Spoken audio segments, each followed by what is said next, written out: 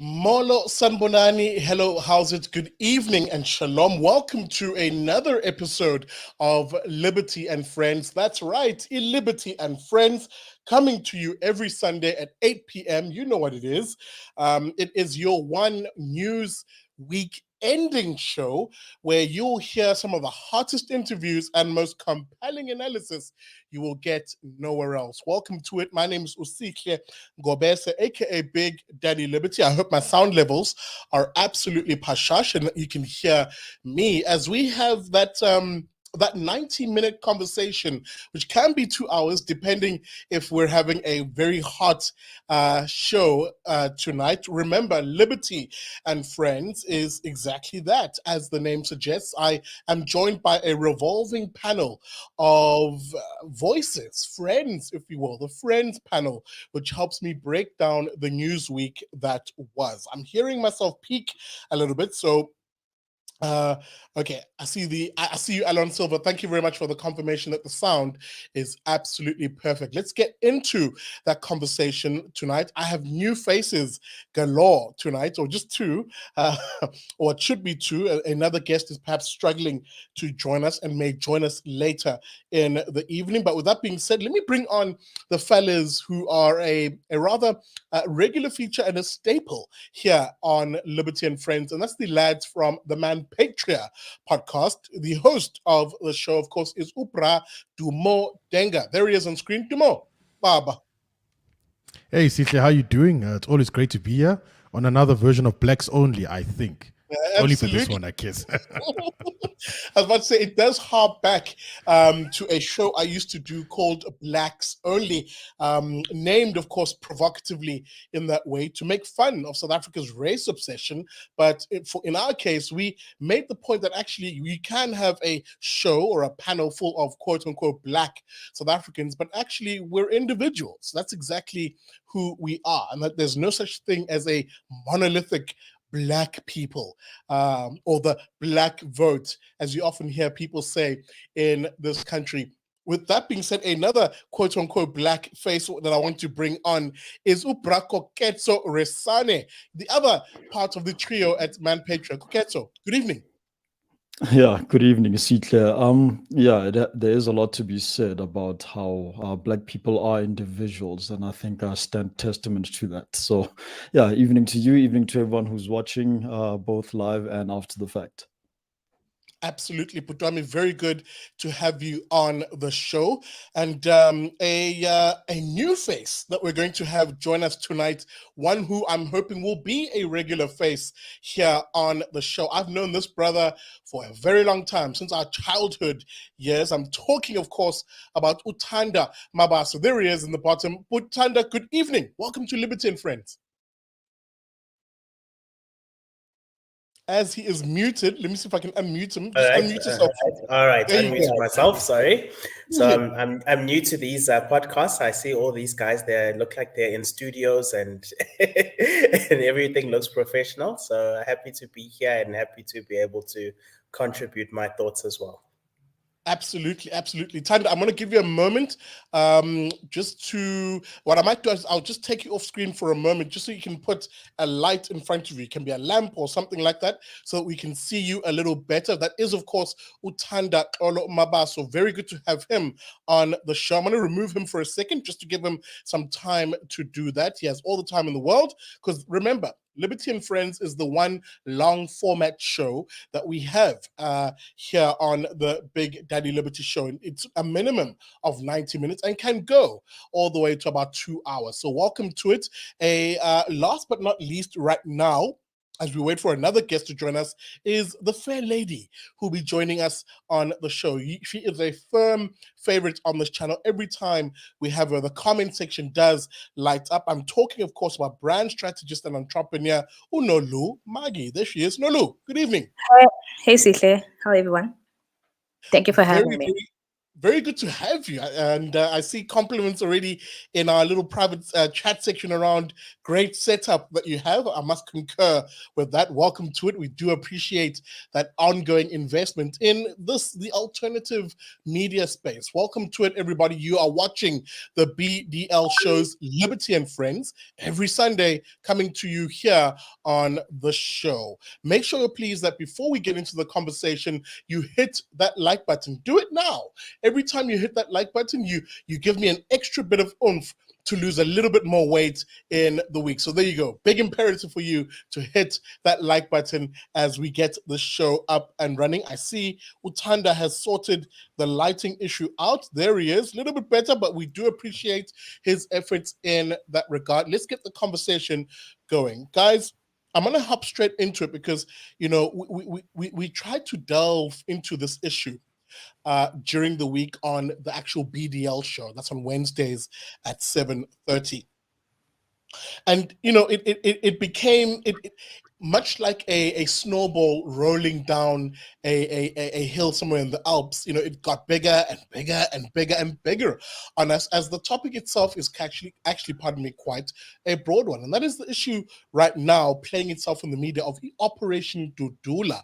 And of course, the broader hashtag Put South Africans First movement that we're seeing develop in the country. This is perhaps, and I say perhaps because I want to throw it to the panel, the beginnings, if you will. And I say beginnings tentatively because it's always been there.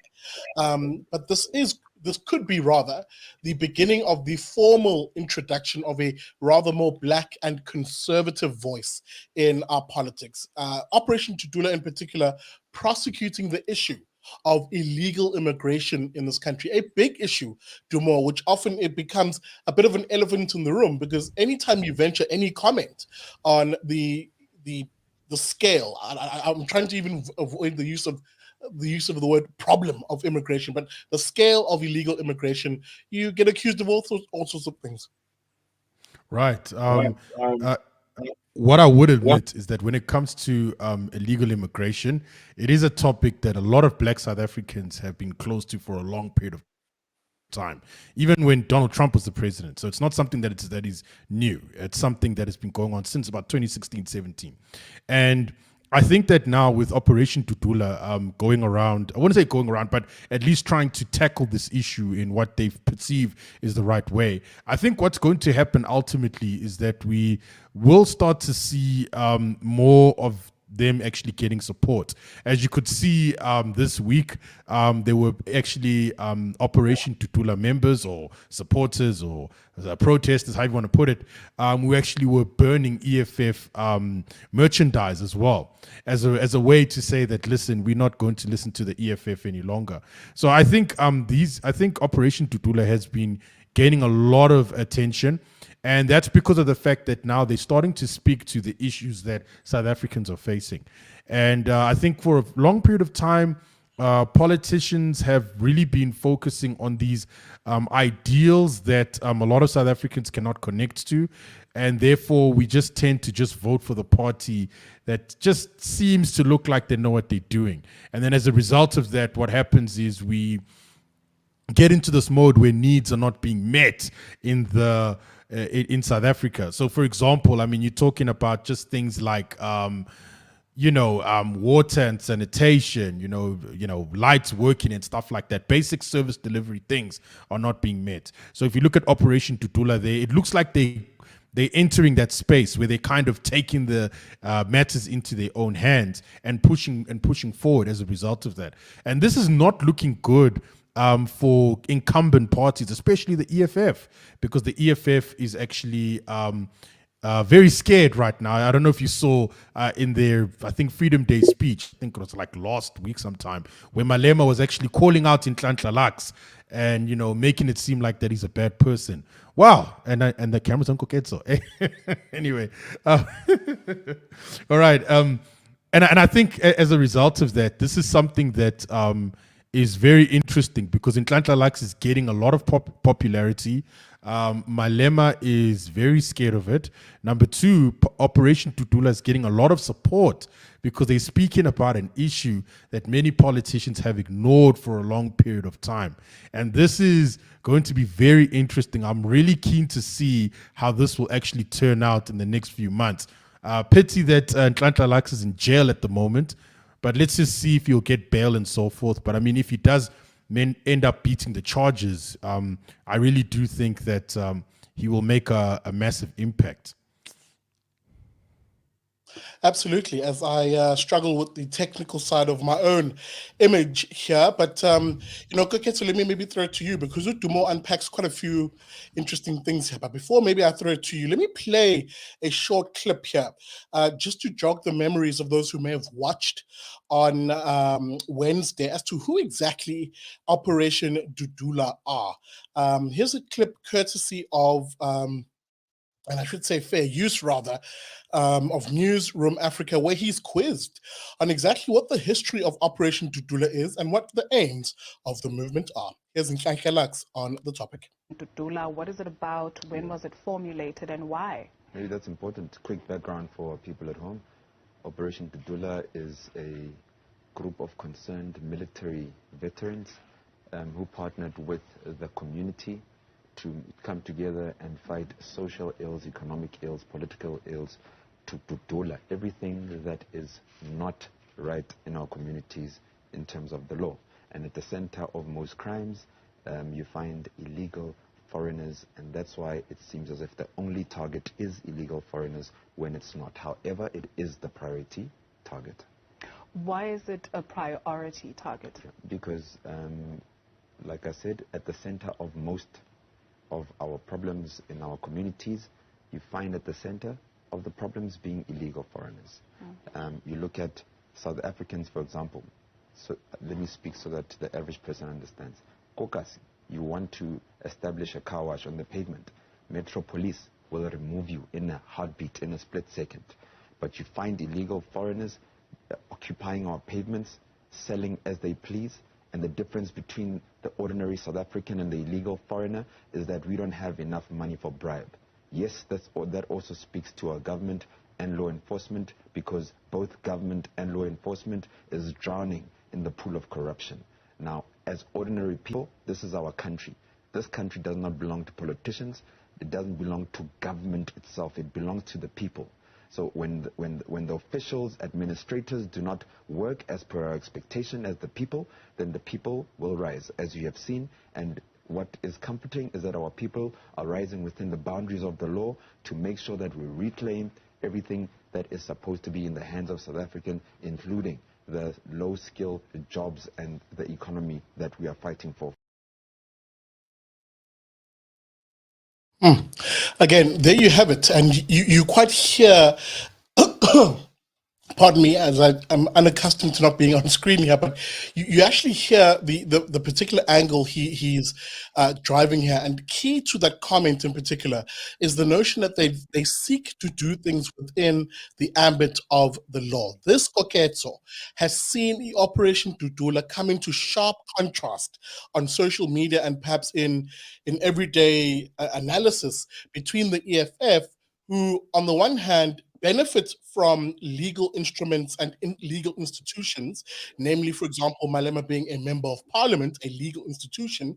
He will happily draw a salary from it, but in order to achieve their goals, they quite literally, as they've now come to be known, break the law, subvert the law, and indeed punish those who use the law. Yeah, and I think therein lies the problem, in that you have people at all levels of government, right up to parliament, who are very happy to throw reference to the law when it suits them, but when it actually comes to implementation, we see as average citizens that not much is being done. But what Operation Dudula, I think, has exposed, particularly with what's been going on, is that when the moment you call out what isn't being done, particularly with reference to having the law being enacted, the moment you call out that police are not policing, the moment you call out that borders are not being protected, somehow it makes you the villain. And that's a very sad state of affairs, unfortunately. I like what Lux is doing, in that he's actually bringing to light a problem of effectively illegal immigration. And again, keyword, as we mentioned on Wednesday, is that the keyword there is illegal. I don't think people have a problem with immigration as a principle. Many people are migrants. Many people certainly know one or few migrants themselves. The problem isn't immigration. The real problem here is illegal immigration. And what's happening here is that if someone illegally immigrates, that is, they illegally enter a country, they've in effect actually broken the law. And to compound that, they then, of course, having failed to follow the law of the country they are in, firstly at the border, many of them then proceed to breaking some of the common bylaws that you and I, as South African citizens, are probably put to book for faster than you can actually get an 8 hours rest of 8 hours night's rest. It's exactly the kind of problem that puts people like Ntanta likes at odds with someone like the EFF, in that the EFF, across all its members, they don't mind having laws break as long as it suits them. Whereas really we should be looking at the law as something that applies to each and everyone without exception. And that really is a principle that I can stand behind. And good luck to the Operation Dudula, of course. They'll lose my support the moment they do start breaking the law, of course. But if they do everything within the confines of the law like they say they are, then I don't see why they shouldn't be receiving any support. I don't see it as vigilantism, but I see it as a level of patriotism, really, if I can put it like that. And again, I'm going to take my time on this because I do see the comments in the comment section. Just give me a moment, guys, just to remind our viewers, welcome to it. We're at that sort of quarter, or we're 15 plus minutes into the show. Welcome to it. This is Liberty and Friends, where we break down the news week that was with compelling analysis that you'll get nowhere else. I want to bring in my last guest who has just joined us. He had a little bit of technical difficulty, pardon me. And that is, of course, Letshela Mofokeng. Pardon me if I butchered your surname, brother. The Zulu tongue is struggling a little bit with that name and surname. But welcome to it. Super appreciate your time on the show. And welcome to Liberty and Friends. Hello, guys. How are you? Very, very good to have you on, my brother. Let me get to you in a moment because we're beginning to unpack this issue of broadly speaking, the hashtag Put South Africa First movement in the country. And of course, it's more prominent faces at the moment, Abo Nklanka Lux, and of course, Operation Dudula. That's where we were at the moment. Nklanka Lux being the leader of this organization called Operation Dudula. We played a little clip for the sake of the audience, showing what this organization basically is. And I want to play another one here, one which I didn't get to play on Wednesday when we did discuss this particular matter. And that, of course, is what's the modus operandi of the Operation Dudula, which is the reason, why Nklanka is in prison at the moment. So what has effectively made the news this week is that the leader of Operation Dudula is currently languishing in jail after having been arrested on Friday for, I believe, the charges are intimidation, assault, and breaking and entering. This, of course, after the Economic Freedom Fighters, or the EFF, laid these charges after their member was the complainant, if you will, who had their house broken. Just to jog memories, I want to play the clip of the complainant in this particular case, who is a branch secretary of the EFF, in his own words, as to what happened that precipitated the EFF joining him to open this particular case. This is the words, of course, of Victor Rairafe. I must apologize ahead of time. The translations, for whatever reason, are not playing on the screen, so we'll summarize at the end of this video. Ngitshela ukuthi ngiwakhiphe lawo ma-drugs. Ngithi ngiwakhiphe ama-drugs ngiwathathaphi mina lawo ma-drugs ngoba la akuthengiswa ama-drugs. Yabo. Wahlanganisa igrocery yami ichithekile la, ukudla kwenja yami bekuchithekile lana, ukunyangaza ukuthi kwaphelelaphi. I lost my 300 rand ekamereni nefone encane eNokia. ezinye angakabheki kahle ngoba bengisakwatile namanje ngokuthi ngiye police station bafika bangibuyise ngale ndlela ukuthi ngize kusasa ngize kulo muntu ophethe le idudula le yabo le. As a South African, I want to know that, well, because when they start saying they're gonna dudula the foreigners, but now I want to know that I am a foreigner or what? They take my papers. I'm a secretary of EFF, my friend. Yeah, my papers. When you can see my papers there, my forms. Those forms already patala already photo state a lot on. I like Mofokeng. I asked Lux was a. When you say you are the secretary of the you mean you are the branch secretary of the EFF? Yeah, branch. Yeah. Lux, Nelene answering kopeli. Tisomandla ngiboneni ukuthi nginamandla. Yabo. Ngoba masila alokwangithinta la. Nyambuza ngithi mfethu uthi ngizovula la. It's already when asawuvulile indlu yami ngaphandle womvumo yami. Ene ungitshela ukuthi une showcase yokuthi yazivar kuthengiswa ama drugs la. But phela ama drugs ngoba uzivulele wazingenela wasearch. And I wasn't aware nokuthi kunabantu abazosearcha la endlini. Yabo. That clip, of course, courtesy of Times Live. I must say that and say fair use, please, because we're going to provide a bit of analysis on that. Just very briefly, then, just the complainant, a one Victor Rairafe, alleging that in his home, the Operation Dudula members led by Nhlanhla Lux assaulted him, broke in and entered his premises without his permission, alleging that he is a drug seller in the area, and then proceeded to ransack his home. In ransacking his home, he lists a few things that have gone missing, from a few rands, or 300 rands, not a few, it's quite a bit of money. His personal documents, food was scattered all over the place, as you can imagine, as is being alleged here. This individual then had the EFF support him in opening a case at the Dobsonville police station. The scenes outside the Dobsonville police station this week were very tense. And this is where we had that conversation on Wednesday, Koketso, if you remember. And I made the point that what we as South Africans are used to is the South African political establishment, which is mostly on the left, being the archetype of terror, so to speak, on our streets. When they take to the streets, everybody else clears way. Why? Because they've built that reputation over time of being the loudest voice in the room. On Friday, or Thursday, we saw, on Tuesday, we saw something different, where that same EFF, who are accustomed to being the loudest voice in the room, were actually met on the streets by Operation Dudula. And I asked the question on Wednesday, are we beginning to see the rise of the other side of the coin? You know, what is Operation Dudula in its nature?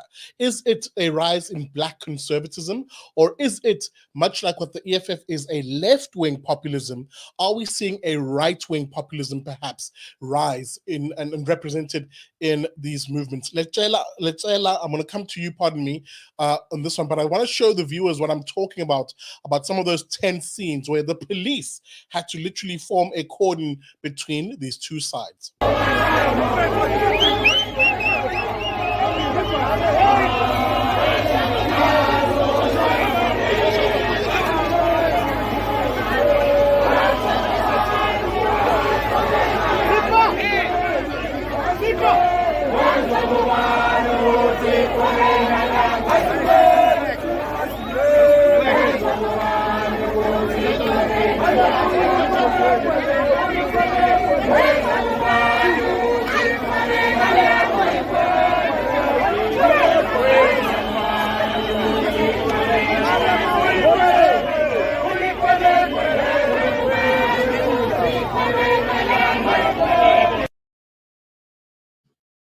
Letshela, I'm going to come to you, Buti, because again, and very briefly, just before you do give feedback, you belong to a particular organization that is a part of that rising Black conservative voice that I talk about. Maybe very briefly tell us which organization you are from, and as you do so, your thoughts on what we're seeing at the moment.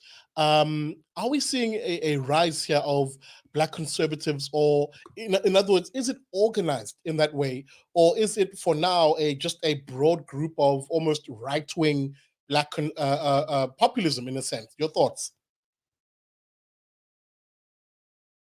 I'm from NSA, the Nationals of South Africa. It's a very, very small political party. We are more on the center right. We are more on the center right. We can't really say it's a Black conservative party because we have lots of white people who are with us on this one. But when you talk about Nhlanhla and Operation Dudula, and I can tell you, like, for the last 5 years, if you look at Black community and Black people, they've been ignored by the government, of which they are more on the left, you know what I mean? And so I think conservatism and patriotism is on the rise in the country. It's on the rise, and I don't see any other way where people can be able to stop it. It's going to rise each and every day, each and every day. And the more you have groups like Operation Dudula and Put South Africa First online, the more people start understanding what it's all about. You know what I mean? And now people are finding themselves. They now realize that they have never been on the left from the beginning. You know what I mean? Because they've been fooled. You know what I mean? So I can tell you, and if the government keep ignoring all of this conservatism in the country, of which I believe we are growing in numbers, it's going to create a far-right nationalist parties. You're going to see lots of them coming in the next month or a year or 2 years to come. You know what I mean? So we are in a different stage now, but everything is moving on the right. Everything is moving on the right. You can even see the political parties in the country, for example, like a Patriotic Alliance. You know what I mean? If you look at them, when they started, they were on the left, but now you can see all shifting on the right. You see the ACDP now, they've been on the center right, but if you look at the policies, everyone is shifting far right now. You know what I mean? You'll see lots of changes in the next few weeks and months to come. And yeah. And I think you raise an important point there, insofar as, and we've been chewing on this issue for quite a while here on the Big Daddy Liberty Show. To say, for example, I personally always say that if you really look at the nature of who South Africans are, and thank you for checking me, by the way, at the beginning there, insofar as I talk about Black conservatives, but really conservatism is non-racial in its very nature in this country, insofar as it transcends all the race groups. Why do I say that? I say that because often when I say, or when I define, pardon me, who the South African conservative is, and I say conservative with a small c, it's basically people who are God-fearing, law-abiding, and family-orientated. And that is the vast majority of South Africans. The problem is the politics in this country maybe hasn't reflected those values. The politics has been a very strong basket of leftist and really statist ideals, which often then clash with the communities when politicians try to convey morality or convey ideas to people. Thando, let me bring you in on this conversation, because I think, when we then see the likes of Operation Dudula, why I characterize them as being conservative, and I purposefully add the racial element only because, Black South Africans have never been associated with being conservative. Why I characterize them as being conservative is this issue of illegal immigration speaks to that innate feeling perhaps by many South Africans that South Africa is it's almost a South African exceptionalism that we're seeing play out here, where South Africans believe that they are a distinct and different grouping than the rest of Africa, so to speak. And insofar as that sentiment, they then lament the failure of government to secure the borders, for example, with our borders being as porous as they are. The fellas over at AfriForum, a good friend of mine, in fact, Ujak Britrek, put together a documentary very recently on the issue of the border and showed us how porous they are. People literally walking across what should be a border fence, but really looks like a washing line. Shout out to Patricia DeLille in that regard. And, you know, with these individuals coming in, and in many cases, South African property and even trafficking moving out of the country. So there clearly is an issue here. We shouldn't just dismiss it as being people being Afrophobic or xenophobia. Or am I wrong in this assessment? Hi. Yes. So look, the way I see the Dudula movement and what it's actually all about, I see a movement that is basically South Africans, especially younger South Africans, those in the age group of, you know, early to mid 20s to maybe the late 30s and 40s. It seems to be the age grouping that I see mostly involved in this. It's people who are, and they're on the older side, I'd say, because it's people who've experienced politics for a few cycles. And when I talk about cycles, I'm talking about the election cycles. They've experienced a few election cycles. They've experienced a few cycles of promises. They've experienced a few cycles of new parties coming in who are set to change everything, and they don't. So what really it's about is a group of South Africans saying they're tired of the big plans. They're tired of the big plans, the NDPs, the international, this and that, or whatever big macro view of how the problems of South Africans are going to be solved. They're tired also of waiting. They're tired of waiting for politicians to do the thinking and to do the work for them. They finally come to a point where they're saying, we're going to focus in our communities. We're going to focus on the things that we see with our own eyes. We're not going to be told by a politician that it's some WMC that they hardly recognize. They don't even know how exactly to define it. They don't know how it exists. They're going to start talking about the things that they can actually see right in front of them and that they can actually do something about. And in this sense, you also get, I also get the impression from Operation Dudula that it has a little bit of inspiration from the response by certain communities to the July unrest. Of course, that's where Nhlanhla Lux himself, his fame comes from, when he decided to gather a group of people and defend a mall that was going to be attacked, and basically not wait for the police, who were clearly intent on doing nothing. So that's really what I see.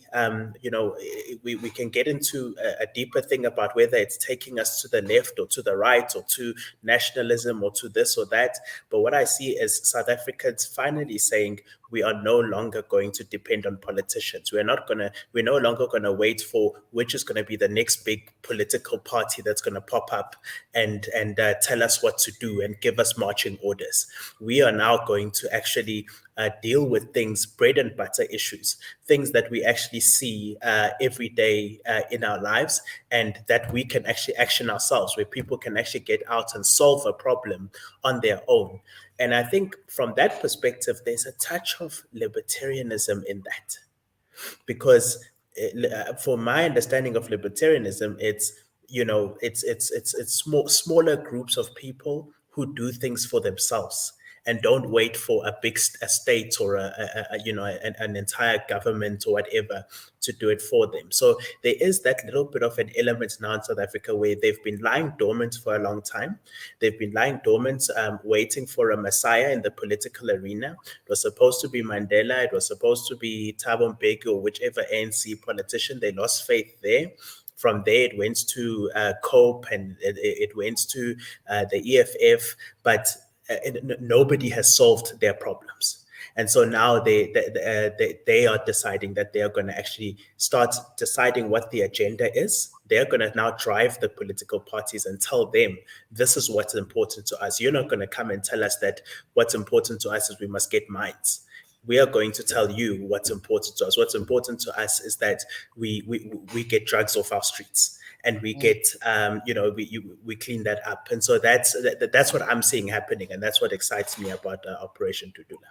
Absolutely. And I think you've raised very interesting things here. And I must say this because there are some questions I want to remember, dear viewers, you, the viewer, are definitely a part of the conversation. So keep your comments rolling in, please, and I'll flight them on the screen. Pila Sunday, we do see you, homie, in the comment section. We'll get to your issue and your question in a moment. Thando, you raise an important question here, which for me, if I were to summarize, I'd say, multiple things can be true at once. Many things are happening here. There's clearly, when I say the hashtag Put South Africans First lobby, it's clearly very broad in its nature. I mean, you see the likes of Abo, Patriotic Alliance in there. You see the likes of, we've got the leader of the NSA here, for instance. Herman Mashaba's ActionSA is a loud, prominent voice on this particular issue. And it sort of coalesces around issues, actual issues that people seem to face on the ground, Thando, that point you were making. And illegal immigration, for instance, is one of those issues. And maybe this is where the contrast and the conflict then happens with the political establishment, these sort of palace lefties who dominate our formal politics in this country, who don't necessarily talk issues, but talk ideology. And the same ideology I'm arguing at the beginning does not resonate necessarily with the voters. Nolu, let me come to you. Because I think we're beginning to unpack something here, which is maybe symptomatic of the fight we're seeing between Dudula and EFF, for example. Because I think this fight is symptomatic actually of something much bigger, because it begs the question, how will the electorate act when a lot of these options represented by Dudula, Put South Africans First, and blah, blah, blah, when those options begin to appear on the ballot box, will we see more Black South Africans perhaps now finally come out to actually vote? Because one of the things I often say, Nolu, is we need to remind ourselves that actually a large proportion, if not the majority of people, don't vote in this country, and perhaps our electorate isn't well represented. Are we seeing maybe these different voices come to the fore to try and entice that eligible to vote person but who doesn't vote? Yeah, I think we are, Sihle. First of all, I must say I'm quite excited about the whole movement. I'm excited about Nhlanhla. If I could just to tap a bit in terms of his character as a brand for me, it's my work. I always analyze things in that element. He's a mixture and a solid brand. What I mean about that is, hence, I believe the EFF is feeling the pinch, because he's somebody who, oh my goodness, he's not selling pipe dreams. I know the whole movement, it's not necessarily about him, but the movement, it is about just the large, as you've just mentioned and listed, the people who are part of the movement. These are people who want to do changes in our streets. This is a person who studied, and understands our issues in our locations. He knows exactly what do we need, right? And I think that's where most political parties have missed it. They've been selling us really pipe dreams, sorry to put it like that, things that are not really tangible, right? Because if, for instance, you fix the issue of drug dealers in my streets, rest assured, a lot of other females, for that matter, will feel safe. A lot of other, even young boys, will now have something better to do with their time. That touches really close, And I think for me, that is why I get excited with everything that is going on right now, because it's high time, especially as a majority, meaning Black people, we take things not to in a matter of violence, but rather we say, you know what, we're not going to wait for nobody, but we will take it and we will make sure that we fix our own issues. So for me, I think it's going to be exciting. And here's a thought that, as you just mentioned this question, I think the parties who are part of this movement, listen, this is a time for political parties to really show us they are working. And if they are not doing so, we do remember, we are quite good in remembering what has this party done for me and my community. And I must compliment them that the parties who are part of this movement, it's a good move for them, because now it will also give them brownies when we go and look at the ballot point, like, okay, this party was part of this instance and that, right? So for me, I think there's a strategic element into it.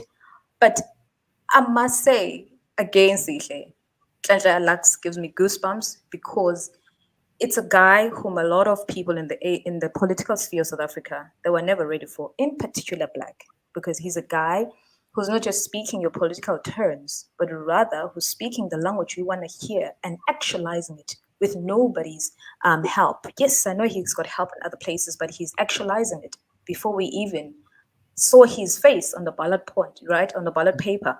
And that on its own, it's really something quite commendable. So I'm saying that these political parties, they are moving strategically, knowing that, because they understand that people are awakened now. Remember, no longer do you want to hear about the fact that you're going to liberate us from what? No longer we want to hear that there's a white guy who's going to come and scare me off. I don't have that memory. I don't care about it. I've been with friends with white people. I don't have that resonation inside of me, right? And we are the ones who are voting. We are the ones who are parents. We are the ones who own businesses. We are the ones who want to have a better society tomorrow as Black people. And listen, we are the one who are being taxed like crazy right now. And it's difficult. There's so many things, myriad of things that we can talk about that are really impacting our lives. We are the ones who knows that, you know what, I do want to have an option on staying a location without fear, right? Because you understand that everything happens in stages in our lives as Black people, right? So you want to have that option, but not to fear that there's just some idiot who's busy selling some drugs right there. And you're thinking, gosh, I just want to stay here so that, you know what, I can build myself better to have a better life somewhere else, right? So that's what I mean in the sense of it's exciting, Sitle. And let me stop there because I can't get, continue, Sitle. Well, let me come in here because, guys, I think, as I'm listening to the sort of voices around here, there seems to be a broad resonance with the underlying message and perhaps even the vociferousness of, in other words, the coming out loud and proud, as the LGBT community always says, as they chant at their marches. But I want to play devil's advocate here, and I want to base it on some of the questions we saw come out in the audience here at the moment.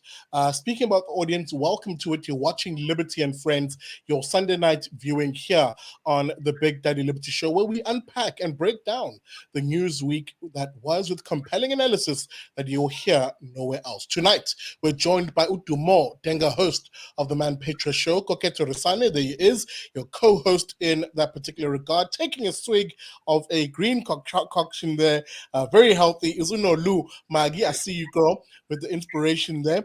Thando, business analyst out in Johannesburg/Pretoria, if I'm not mistaken. There he is. And of course, Letshela Mofokeng. Letshela, I'm going to have to get the first name right. Do I pronounce it Letshela or Letshela? You pronounce it Letshela. Okay, there you go. My bad. Letshela. There you go. Caught me out with my Zulu ways. Letshela joining us, a new face on Liberty and Friends, and we really do appreciate his being here. Guys, I want to get into that meat and potatoes, and I want to play with devil's advocate Kangani on this issue. Pila Sande, there's two things I want to raise here that we might be glancing over. Number one, the question, is this rise, therefore, of either a conservatism of a nature, whether it's, you want to call it Black conservatism, whatever the case may be, but is its rise, number one, non-racial? In other words, does it differ from what we've seen from the current status quo in this country of leftist politicians who play on the race angle. For example, the EFF, being communist Pan-Africanists, will tell us all day long about how evil white people are and how white people need to be snatched of their private property, blah, blah, blah, blah, blah, blah, blah, because that's the only way for Black empowerment in the country. ANC, of course, parroting that similar narrative. So does this Black conservatism bring with it a non-racial approach to advancing South Africa's interests in that patriotic sense that everybody here has identified it is, that sort of patriotism, deep nationalistic and patriotism, that we see from it? Number one, is it non-racial? And number two, if it is, or pardon me, separately, is it xenophobic? Is it actually xenophobic? When we, Upila, for example, saying that song that he heard Operation Dudula sing over there, in his view, amounts to a form of maybe xenophobia. Another term often thrown is Afrophobia. We saw this yesterday here in Durban, and I think in Johannesburg, with an anti-xenophobia march that was conducted, and it had all sorts of organizations in it, and ironically, mostly leftist organizations. WASP, for example, was a part of it. I think that's the Workers' Socialist Party of South Africa. All of them accusing these voices of being xenophobic and the like. So I'm going to come to the Manpatria traps, Koketso. Are we, number one, deal with those two questions for me. Is what we're seeing at the moment, is it non-racial? Have we heard them say anything, for example, on race relations in the country? And is this just xenophobia being masked as an anti-illegal immigration stance? Sure, yeah. Look, I've always been of the view that really from the beginning, I'm talking now 2007, the entire xenophobia situation has actually been presented as a way of painting in light, particularly pro-South Africans they've effectively been dealt a bad hand by government. That is, they've been given many promises that were not delivered. I refer then to the ANC's famous slogan of a better life for all. People, when they realize that they're actually not receiving this better life for all, then start asking questions, and then start asking things such as, why is it that I'm unable to be an enterprising individual who can go beyond the spaza shop or beyond the stall on the street side? Why is it that I can't get much of this done, but someone who doesn't even speak communicable language in the community can come from far, far away and actually take advantage of these opportunities without the need to even present themselves as someone who is firstly a South African, number one, and number two, if not a South African, someone who is here legally. I think that's essentially what's been happening since 2007. Now, the reason I don't agree that there is a xenophobic take to this, and again, I've always held this view, is that I don't believe people have a problem with foreigners in general. I don't believe that at all. You won't hear of people complaining or insisting that they don't want to seek a Nigerian medical professional, for example. People aren't inherently xenophobic. What's happening is, if you find ill will being done on your streets and you start sniffing around, and you then find out that much of the social ills and the crime that you experience is done by people who, for lack of a better term, are not South African, then there's something to be said that this needs to be addressed. And then when you bring up that this needs to be addressed, you are then swiftly ignored by the policing cluster, by Home Affairs, and then also right at the highest level by the president. And then to really put the icing on that cake, you then have a media that insists that, oh no, there's nothing to be said here. In fact, you are just simply being xenophobic. So no, I don't agree that it is xenophobic at all. And I'll make more examples that, again, we encounter foreign nationals all the time. And then why is it then that the question of certain nationalities isn't being addressed either? I don't believe if you go to a town that's on the border somewhere, that if you actually ask the people what kind of issues they experience, they'll top of the list mention the same things that someone in the inland of the country will tell you. That is crime, unemployment, etc.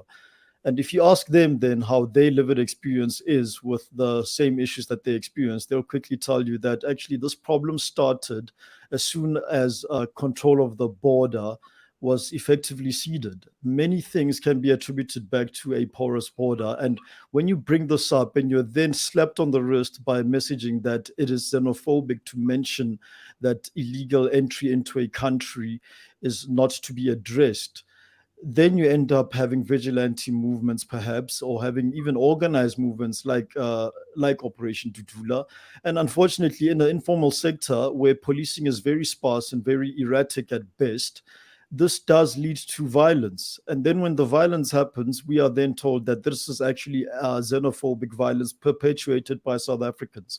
No, it's not that. It is violence done by ordinary people who have found the culprits who perpetuate crime in their community, and they're effectively taking matters into their own hand. I say this because even if the perpetrators are South African, they typically suffer the same fate. As we know, this is a violent country, and the violence isn't exclusively limited to foreign nationals. It is experienced by even the locals to the nth degree. I think that answers the question there, but I'd love to hear what some of the other panelists have to say on this as well. And maybe let me bring them in. Thando, I'm going to come to you, and then Letshela, I want to unpack this with you, because, it becomes really funny to me, because also I'm also very reluctant sometimes to unpack this issue, because I recognize the world that Koketso is raising here, which is, there is a lived reality that South Africans endure on a day-to-day basis. And that is, when you look around you, there are foreign nationals who operate businesses, all over your particular township, whatever the case may be. And there generally isn't a problem with them insofar as, most of those individuals and most foreign nationals, especially those who are here legally, integrate with the communities in which they live in. There is, though, something to be said about the spate of foreign nationals, whether they're illegal or legally here, who, when they do engage in crime, often engage in a crime that is immediately felt by the communities around them. And that builds a resentment, therefore, because when people raise that issue, they're accused, for example, of Afrophobia or xenophobia. But unfortunately, when you then look at the news headlines, they also don't lie. Let me be precise and specific. Just this week, Thando, we saw a headline. I was going to try and put it on screen. Just give me a second here.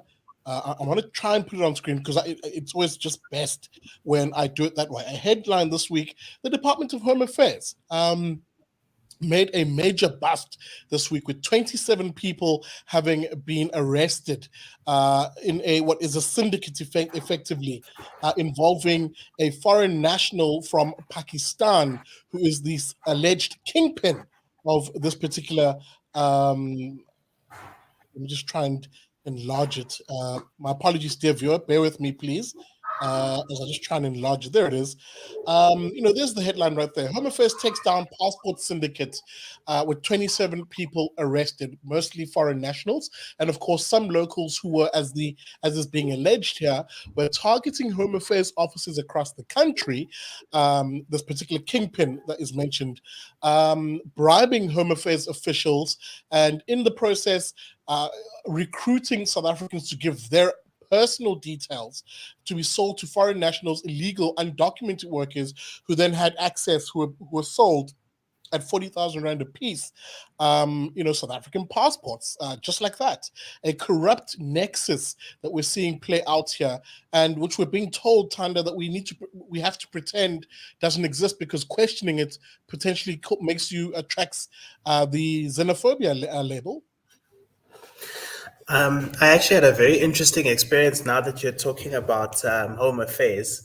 I was getting my hair cut, and of course, one of the features of the large number of foreigners we have in South Africa is that a lot of the places where you go and get your hair cut are run by foreign nationals. And one of them was cutting my hair. I can't remember which country it was from. And he was telling me about his story and his plan of how he's here in South Africa and what he plans to do. And very matter-of-factly, he said to me, he's here in South Africa. I can't remember how he said he got here, but then he said that he does not plan to stay here. His plan is to go, I believe it was to the US or to some European country somewhere. and somebody is just busy working on getting him a South African ID, which he's then going to be able to, get a passport and be able to use that to go to the country where he wants to go.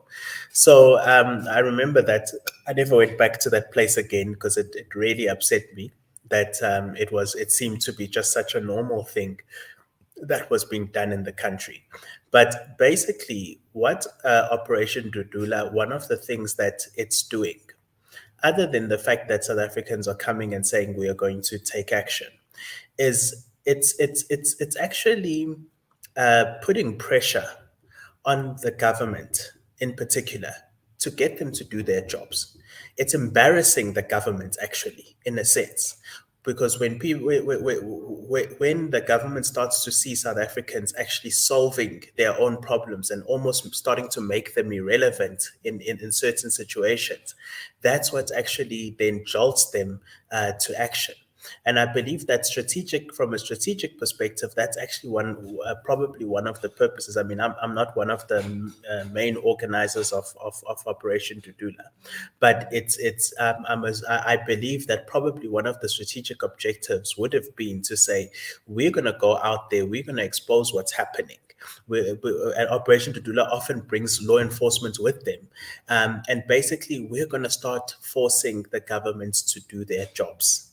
Because it's not that South Africa doesn't have laws. It's not that South Africa doesn't have laws about immigration, about jobs, and that South Africans should be preferred in jobs. It has all the laws. South Africa always is top notch when it comes to laws. There's just been no political will to implement it, and instead South Africans have been sold, as Nolu said, pipe dreams about big ideas of whatever, and now South Africans are actually exposing them that they are not doing the basics. They're not doing the things that they're supposed to be attending to. So for those people worried about vigilantism, I don't think that's, obviously I can't predict everything, but I don't think that's really where it's going to go. I don't think it's going to become a pagad or something like that, as somebody said.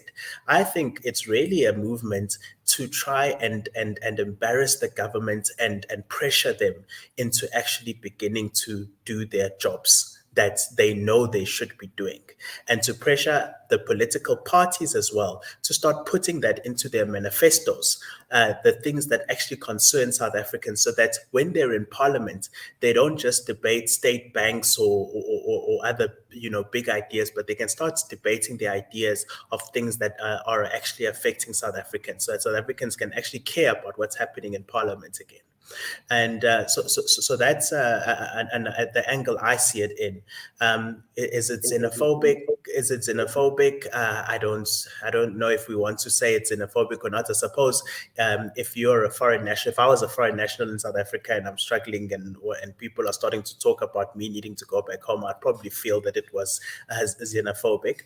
But I think it's also conscientizing those Africans who are in South Africa to say, guys, this is not a sustainable strategy for you to leave your countries and to come to South Africa or to go to any other country. That's not a sustainable strategy for getting your countries up and running. We've got, I believe, millions of Zimbabweans in South Africa right now, and they're busy having elections in Zimbabwe. Who's going to vote for that opposition, and who's going to vote for the right government in Zimbabwe if they're all sitting here in South Africa? So I think it's I don't see too many cons in this movement as it stands at the moment. Of course, it could morph into something else. Personally, for example, I worry of people like Nhlanhla Lux and others getting maybe entangled by the trappings of power and wanting now to make this a political party, and then get sucked into the system, just like all the other political parties have been. Because I believe that this is actually, Operation Dudula represents the grassroots, or the first shoots of civil society in the Black community. We don't really have Afri-forums and that sort of thing in the Black community. And I believe Operation Dudula is the beginning of Black South Africans getting into that space of civil society and saying that we can actually hold government and political parties to account outside of the political system. Absolutely critical point, that one, because I've been saying it for a while to say, it's funny how the moment AfriForum does something, let me be precise. And Nolu, I'm going to come to you. Let's say, I can see you, but you're struggling a little bit in the background there. I'll bring you on in a moment. I've been saying for quite a while now that I find it very funny that, AfriForum are very organized. They've spent the years, in fact, I think it was their birthday very recently. I think they turned 16, if I'm not mistaken. But this is a civic society organization which is very organized. When government does something that they don't like for their constituency, and there are various members who pay fees to this organization, they're able to act and to deal with that issue, whether through the courts or through some form of action, or in particular through doing things for themselves. They have a slogan at the moment, I think it's either them or Solidarity, that says "On self," which is Afrikaans. In English, it's we'll do it ourselves. Here in KZN, this is not a new concept. Those of us who grew up in KZN will know we have whole sections. Pardon me, as that kombucha comes back. We have whole sections in our township that used to be called Omazakele. These were areas that people literally did exactly that. They built things for themselves. So it's not a new concept, this one. And for me, Thando, the point you're raising is an important one. Are we maybe beginning to see Operation Dudula, the Put South Africans First movement, morph itself more into maybe being a Black AfriForum? And again, it's not exclusively two Blacks, but rather seeing more Black South Africans getting involved in civic society type arrangements, putting pressure on the state, because that's the part of the story here that is often forgotten. But, Nolu, let me throw it to you, because I think this is the part that Thando raises quite importantly here. And there is the other element, though, of the race angle. Are we seeing these organizations, whether it's Operation Dudula, Put South Africans First, are they just the other side of the leftist coin, where they're all, much like EFF and ANC, are left-wing populist organizations, EFF mostly? Are Operation Dudula a right-wing populism, and are they just as racist then as, let's say, an EFF? Or will they also be saying things like, "Oh, white people are settlers, and maybe once they're done with foreigners," because this is often an argument we hear them say, an argument, pardon me, detractors often use. Once they're done with foreigners, then they'll focus on white South Africans and Indian South Africans and say, these people need to go back home too. Is that the sort of vibe you're picking up from these organizations? What's the chatter been as you've seen it? I think for me, first of all, I must say that the issues that these guys have raised, they are issues that are impacting the Black people. You must understand, and let's be honest, as much as the ANC and the EFF have been selling us that Black, but they haven't really been putting the Black person first, we are the ones that are suffering more than the rest of the other minorities in this country. And being that maybe, we are then the same people that find ourselves putting people in power who are self-serving. So for me, I think it makes sense for such movements to focus on the people on the ground. And majority of those people are the Black people right now, right? And this is not to say it's exclusive to others, but I think, Sihle, we can both agree on one thing, that our problems, truly, they are quite ripe in our neighborhoods as Black people. That's number one. And number two, it's about time, as you've just mentioned, that, and I remember in the clip that I was listening to, Nhlanhla said this, that the minorities of this country, they're the ones who are effective compared to the majority, which is the Black people. And we've seen it from time and time again that has been the case. Now, when we've got a group like this that is saying it's high time that we as well stand up as the majority and say we want to fix our own neighborhoods and make sure that we live in dignity, we've got basic services, and the government actually honors us, and they don't just take us as people who they really they undermine us. They undermine our intellect, they undermine our money, they undermine our votes. So that is what I want to say about this. And also, just to add on the part that it has to be us. It had to be us to stand up and say we have a problem, and that problem, of course, we need to work on it. Now, for us to be painted as xenophobic when we are fixing issues that are actually done by our government, because it's strategic for our government to allow borders to be open as they are. Someone is gaining, Sihle. And it's them, not us in this moment, right? And then we need to, after that, be left with all problems that we have right now. As others have said, that I don't think anybody has a problem with foreigners in this country, but we have a problem with illegal foreigners. Let's understand this. Anything that you got without merit, you are bound to abuse it. And that is why we found that the foreigners that are here, they're abusing their stay. Any country I were to go to, I would go there with papers in the right order so that they are teaching me that you need to respect our resources, respect our people, respect this country as a whole, because you're not here to wreak havoc. You're here on borrowed time in such cases. That is why you become a tourist, right? So, and when we stand up on those things, I don't understand why, as South Africans, we must feel scared to actually say no to something that is really wrong.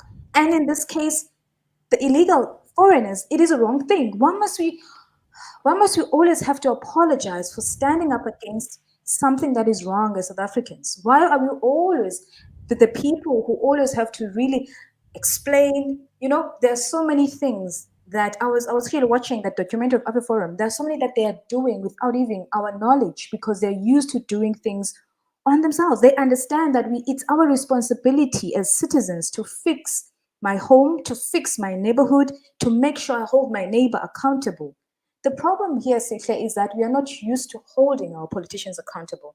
We're not used to holding each other accountable as a country. So much that when we do, we are painted as we're given so many names. We're even sent to jail, just like right now, Lux. He's doing the right thing, but someone else who's black, by the way, has a problem with it. Now, do you see where do how then are we supposed to go forward as the nation? Because at the end of the day, when we are lagging behind, we then find ourselves in trouble, because again, we are going to be used like really like toys by the politicians. They've been doing that for the past, how many years?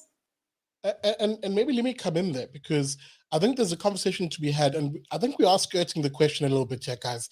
Dumo, let me throw it to you. And Nolu made a very important point, though, which is on differentiating and being precise as to what something is versus ladling it with our own biases or attaching definitions onto things which aren't the case. Let me be precise. Sorry, I spoke in a very cryptic way there. So often when we talk about Operation Dudula, the first thing we hear is, oh, it's xenophobic. And then from xenophobia, the next transition will be, once it's done with foreigners, it will then move on to various racial groupings, which is where the question, I think, really began here. It is what we're seeing represented by Dudula, put South Africans first. Is it maybe just the fig leaf? Pardon me, the fig leaf for now, to go after illegal immigrants? Will race be the next metric? Is this a right-wing populism to what is currently the status quo of a left-wing populism which is obsessed with race? Are we, I don't know, in your interactions with the Dudula types, the Put South Africa First types, do they view white South Africans as settlers who need to be chased into the sea, for example? So maybe that's the first distinct question I want to pose here.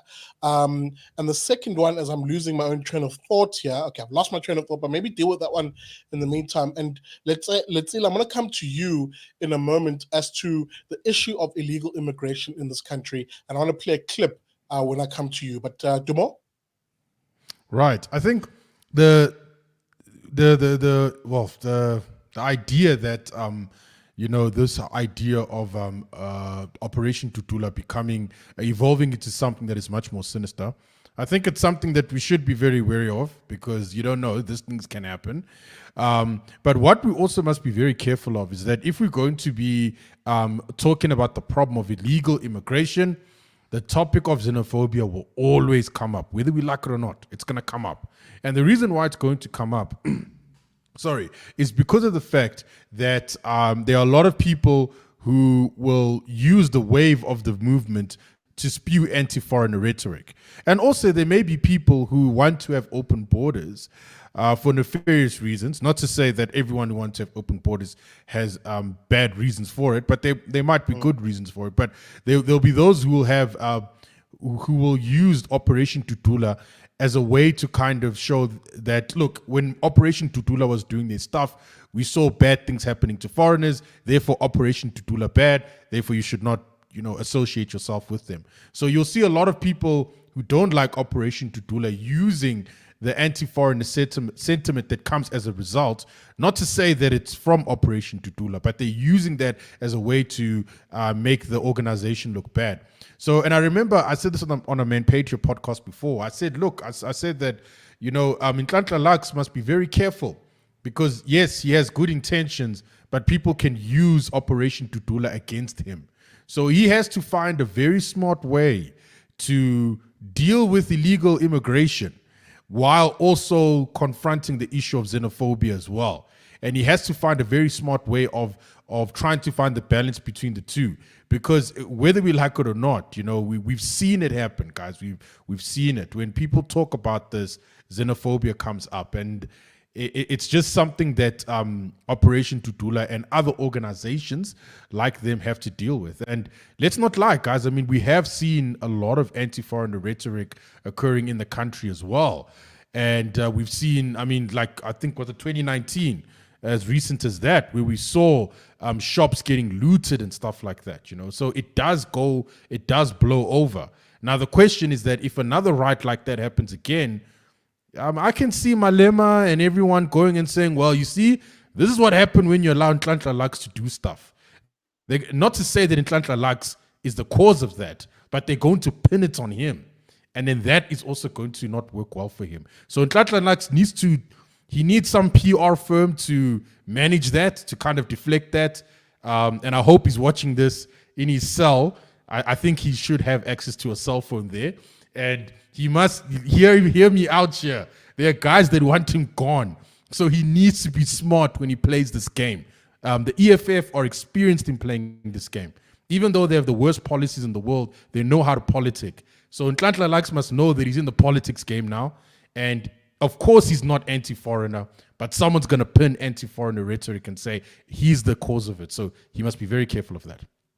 And I think you raised an important point. I'm just keeping an eye on time, guys. I'm going to ask, please, for an extra 30 minutes. Let's end the show at 10 p.m., but that is a hard cutoff of 10 p.m. just to allow us to get to the other topics. Letshela, let me come to you, Bote, because there is a component that we've missed here, and I want you to deal with two.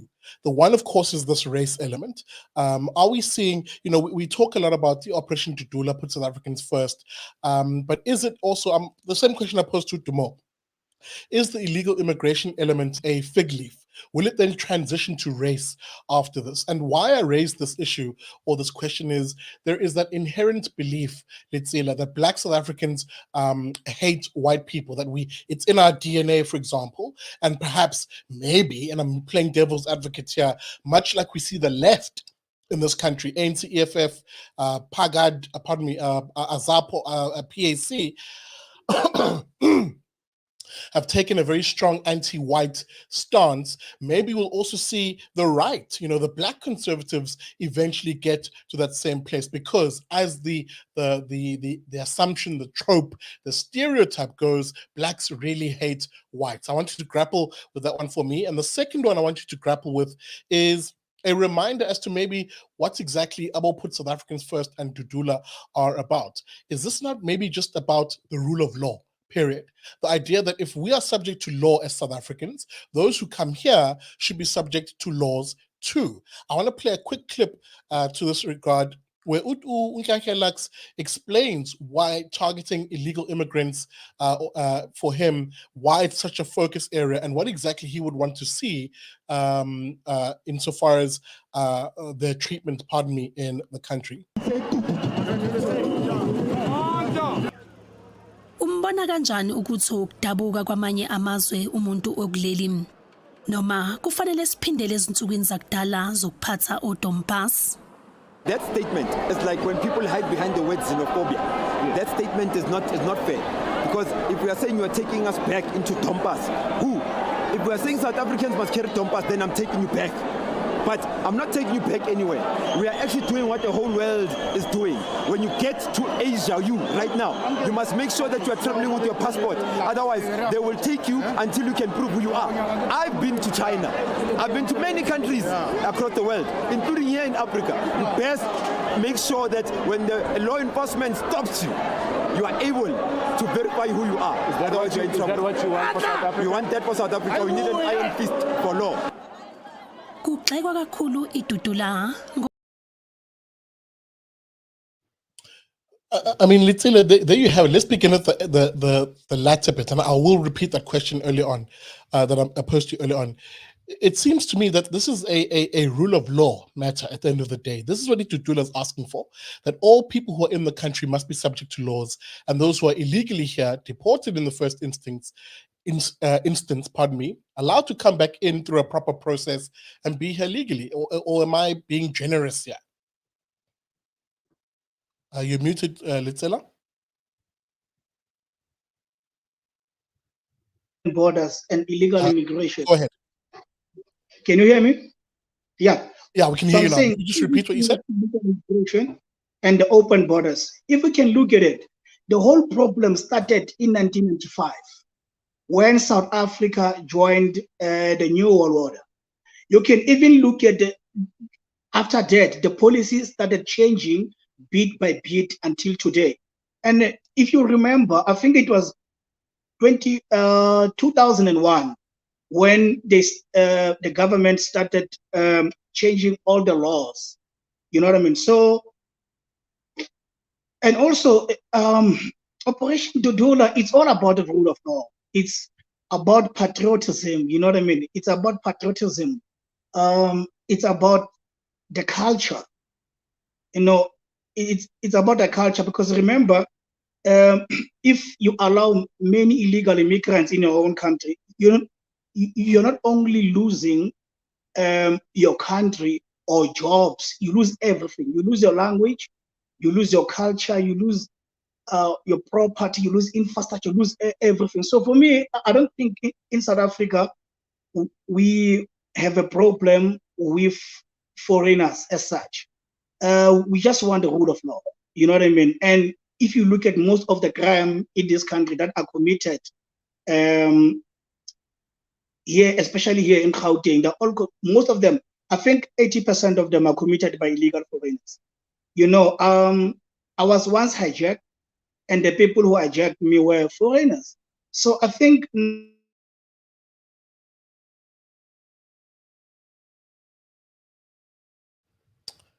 I think we've lost Letshela there. It'll probably unfreeze in a moment.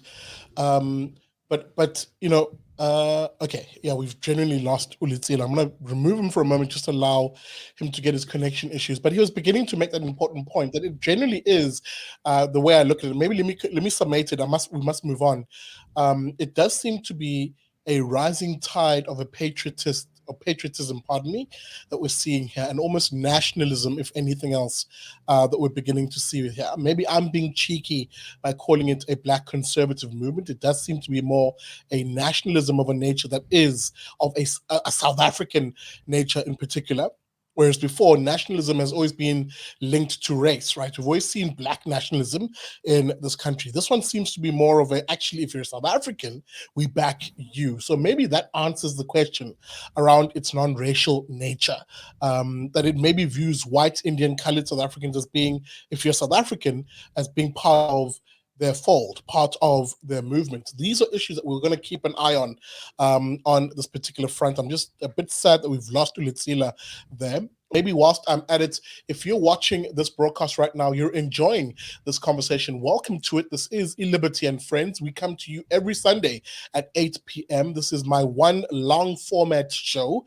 So we run from about 90 minutes to 2 hours. Today will be a 2-hour show. We're going to end it at 10 p.m. Welcome to it. Please, please, please. We're nowhere near the sort of likes ratio that I like. Please hit that like. It really does help support the show, whether you're watching on Facebook, Twitter, or on YouTube. Hit that like button right now, please. Let's get that engagement well up to from where it is right now.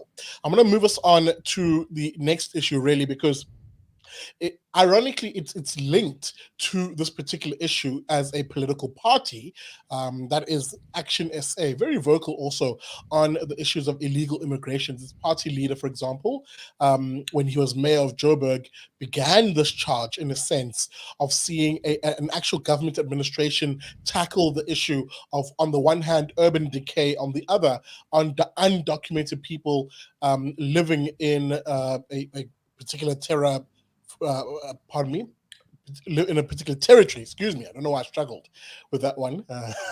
But on a separate matter, when it comes to ActionSA, Dumo, we had this conversation a while back, and I said, with ActionSA now being the new kids on the block, it's always great when a party is in the ascendancy. It's easy, in fact, to hold a party when it's in the ascendancy. The arguments are made when we last spoke about this issue. In fact, it was during the local government election results episode. But I said to you, the real challenge for ActionSA will be the challenge COPAD and any other organization that newly formed itself, which is cohesion, holding itself together from one election to the other. And we're seeing a situation right now in ActionSA of various leaders either leaving in protest, or in this instance, one Makosi Khoza, who was the face of the party in KwaZulu-Natal, being booted out of the party. What was that all about? And is this a sign of bad days to come? Yeah, I mean, when I saw this headline, I wasn't surprised, because there was incidents with Makosi Khoza before, which were quite questionable, in the sense that there was a time she was moved off a particular board within the party, and then an announcement was made and so forth. So it looks like they've had issues with her. And now it seems that now the final decision has been made. Now, I think for for ActionSA, I didn't vote for them, but South Africa needs competition in its democracy. But the problem I have is just that if they're going to continue down this path, and if it looks bad on them in the media that Makosi Khoza has been kicked out, I just got a feeling that they might end up like COPE. Now, I might be over exaggerating, but they should not end up like COPE. And this is the challenge that these political parties, new political parties, face, especially when they make a great impact in the first election. The first thing that they need to do is they need to get a base, and they need to consolidate that base, and they need to grow it. And I just think that if they're going to, let's say, kick out Khoza, for example, and then put someone else there, they need to put someone there who can actually reach the people. So if you look at what they do with Ethel Trollip, I think that was a good move. Because of the fact that Ethel Trollip, he's fluent in Xhosa, and also he's from the Eastern Cape as well. So he will make good headway into the Eastern Cape. So they need to just keep that strategy going. They need to get more people voting for them. They need to, get the movement going. But I think whenever people leave a party, it just doesn't look good on the outset. But also at the same time, they also had another one. I think his name's Baloyi. I forgot his first name, sorry. But he also... Yeah? Bongan Baloyi, former Midway. Yes, Bongani Baloyi. So he joined. That also looks good for the party as well. So it looks like it just looks like on the outset now, it looks like a net positive given the incoming people and the ones that have left. It looks good. But they need to keep this stable. They need to keep this house stable. Because if they don't, they could just end up like COPE. And also at the same time, I mean, the ANC and the EFF and so forth would love to see that party get destabilized, because if that party gets destabilized, that means that it kind of reaffirms their position of them being the best incumbent parties and people should always vote for them. So I think this is a very interesting time for them. I just hope it doesn't work badly for them, and also for Khoza herself as well. I just hope that she finds ground somewhere, maybe in the DA, who knows? Let's see, but hopefully not in the ANC.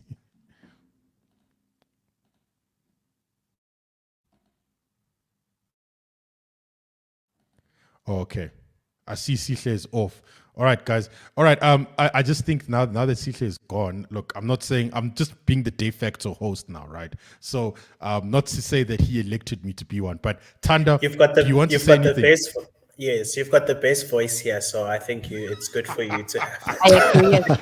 I don't know. I think people would disagree with that. People love Koketso. People love Koketso. So they say he's got the best voice. So, okay. Yeah. So I don't know. For the sake of continuity, guys, like, who wants to go next on this? I mean, yes. I don't mind going in. I think. Okay, cool. I think with regards to ActionSA, it's teething. I see the Khoza issue as just teething problems. One thing that I always remind people is that politicians are politicians. It's their career. It's their job. It's, there's people who've been in politics since 1994, even before that. That's their job. It's their career. They don't have any other career that they're really going to be going into. So as the political landscape, just like you and I'm a business intelligence developer. I move from this company, I go to that company, and that has an IT department, and I move from one to the other. That's what politicians are going to do. If a new party forms, NFP formed, and in KZN, people from the IFP moved there. Some people from the ANC moved there. They're looking for opportunities where they are going to be able to continue their career as politicians. So that's what we've got to understand. And I think maturing in our understanding of democracy, and maybe I'm going to say this, especially as Black South Africans, because we are new to being able to participate in a democracy. We're going to have to come to a point where we understand that in the political environment, people are there they're there like you and I, they're there to feed their families. That's what they're there to do. And they're going to do whatever it is that they're going to need to do to be able to feed their families. And that's why, going back to Operation Dudula and the topic of civil society, Black civil society, we're going to have to come to a point where we form civil society organizations so that we can be able to support and financially and in other ways the candidates or the parties that we want to see going forward. Politicians are basically salesmen, or not even salesmen. They are spokespeople. They are spokespeople for hire. And we're going to have to come to a point as Black people where we organize ourselves and we say, okay, these are the type of people that we want to support. These are the type of people that we are going to help to campaign within whatever political parties. And that's how we're going to have to be able to take control of it. So that's how I see the situation. I don't see the ActionSA, what's happening to Khoza as a cause for concern, especially because Khoza has been volatile in other political parties that she's been in. So she does have a history. But mainly also because I think we're going to have to mature as an electorate and begin to form our civil society groups and be able to put pressure into two parties to keep them on topic, to keep them on whatever it was that that they were promising us. Because we've seen it, that parties come in, They say that they're going to stand for A, B, C, and D. They get in, then it becomes about something else. We saw that with COVID. It all fell apart because I don't know what it became about. It was no longer about whatever they had set out to do. To an extent, we've seen it with the EFF. They came in and made a lot of bold things about what they were going to do. If everybody's not, their child is going to go to a public school, then they changed around. They didn't do that. So we've seen a lot of that, and it will keep happening to us until we are able to actually form organizations outside the political environments that put a concerted and consistent pressure to keep politicians, doing what it is that they promised. Yeah, I was about to ask if Big Daddy's back or if I should fire ahead. I'm back. I just changed the battery on my camera. And I will agree with that, Thando, because to a large extent, there will be those two schools of thought, which, this is just a teething issue. And once they clear this hurdle, then it's smooth sailing.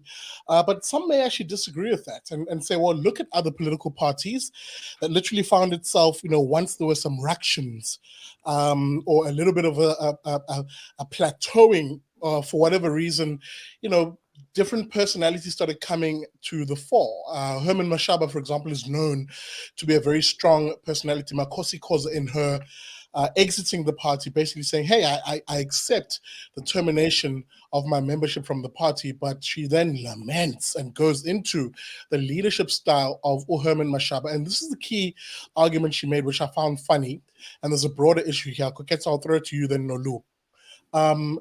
Two things that came out. Number one, she argues that Herman Mashaba is effectively autocratic in his leadership. However, he isn't actually, according to her, the real leader in the party. She alleges that it's actually a one Michael Beaumont, a white person, and his laptop team, so to speak, of white people. Again, the race angle being played in this, who are the real leaders in the party. With her effectively calling ActionSA the DA with a black face. A predictable comment, Koketso, or maybe is she right?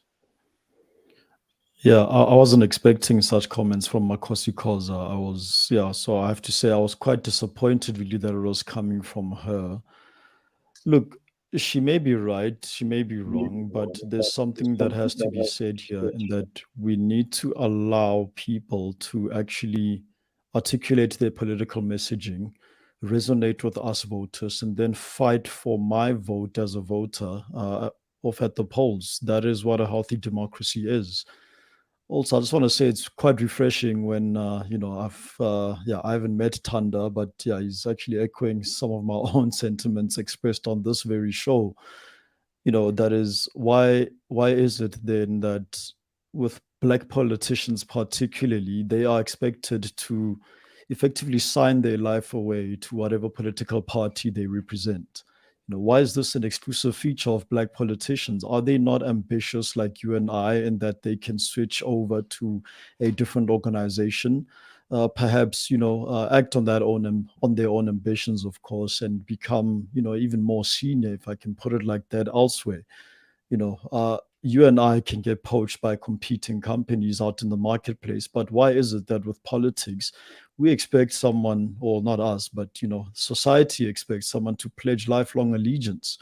It's not a healthy way of work, and at the end of the day, these are individuals who draw a payslip from these organizations, just like you and I do. So it's quite refreshing to hear Thando bring out that very same problem. With Dr. Khoza, however, it has to be said that this is not the first time she is living under unpalatable circumstances.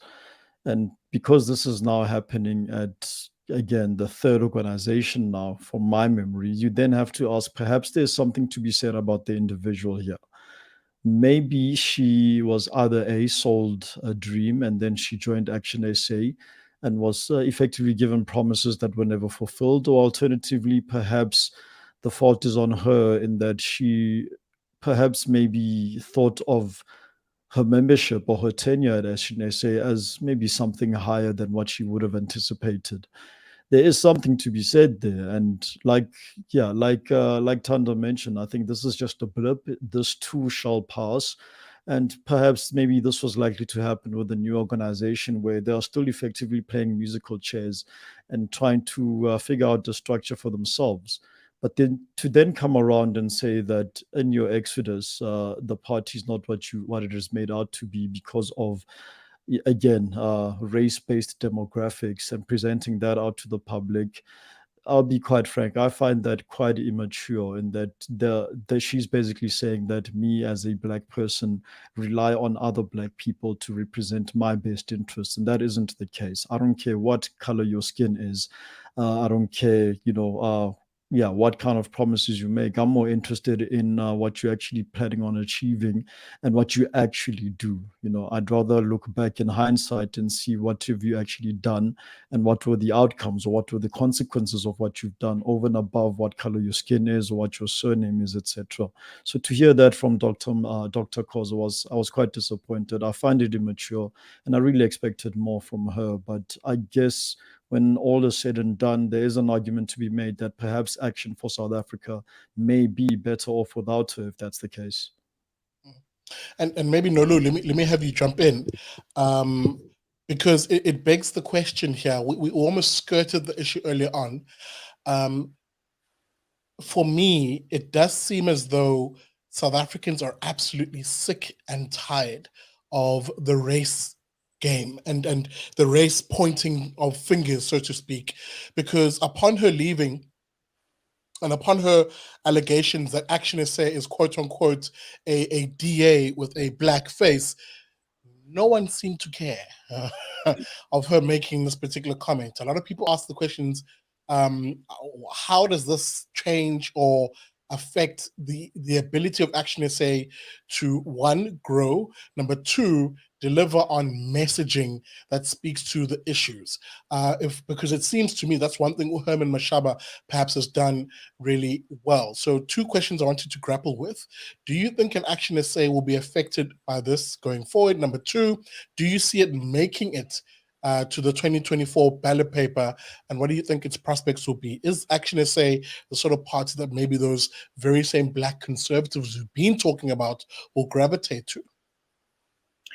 Yeah, I think, remember, as strategists, or especially the brand strategists, we always allow you, especially as a personal brand or a party, we always teach you how to pick your words wisely. And she picked her words very wise. Remember, we can't deny the fact that the ActionSA is a party of disgruntled individuals who are disgruntled by the DA. That's a fact. And when you're in that kind of a camp, it's bound for such narrative to rise up, because the party in itself, it is quite obsessed with everything that the DA does to a degree, right? And I say that not necessarily with a grain of salt, but with what the leader has been saying, right? The leader, when before he really, I would say, launched the official party, he was working for the people. When he launched the official party, then he started to change his language right now, right? Because of course, the game of politics, it is quite a, I'd say it's a very hard game to play. And when he did that, that is when I think things, for me, I'm not surprised, because I understand how, I'd say, strategies are played when it comes to politicians. And with what the reason she chose that kind of a language, it was also trying to alarm us something. And that is, we can't be too kind. We can't say that it's teething. Remember, the DA, I must say, when such things do happen, we eat them the whole week with our media.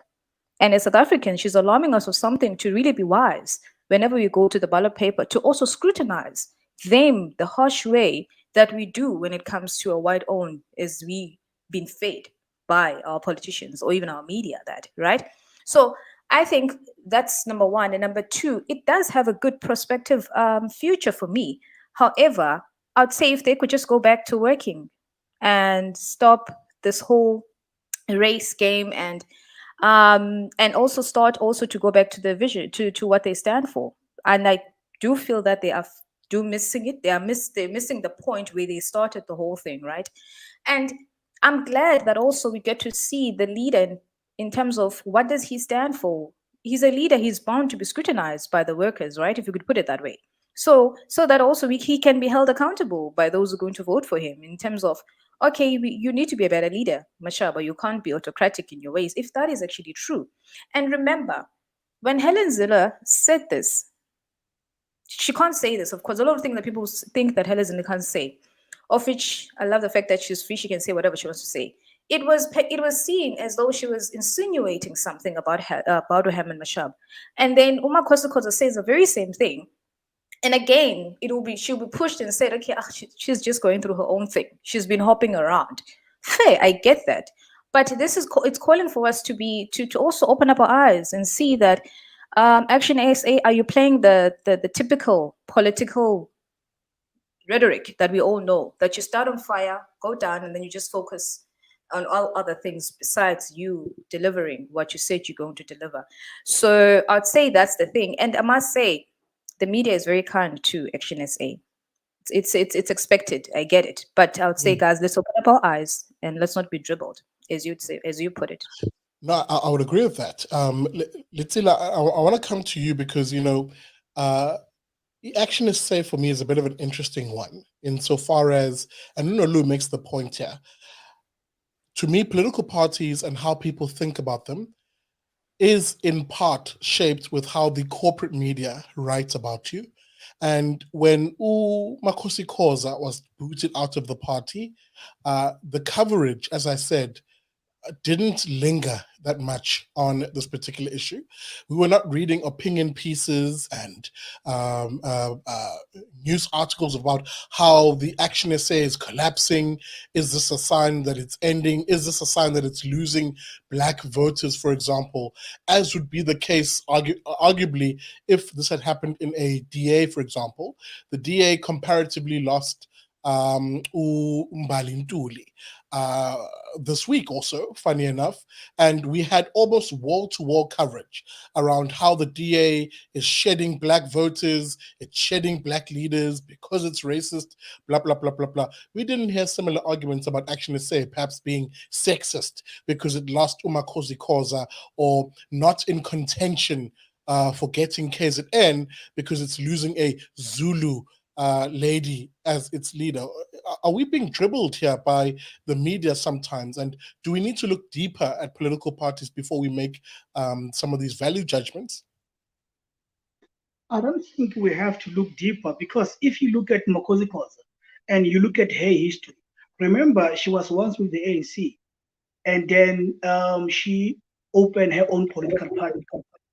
And after that, she left that party and then joined some NGO, and later on she joined ActionSA. So, that clearly says something about her, you know what I mean? Because I was very shocked also that she lasted so long with ActionSA.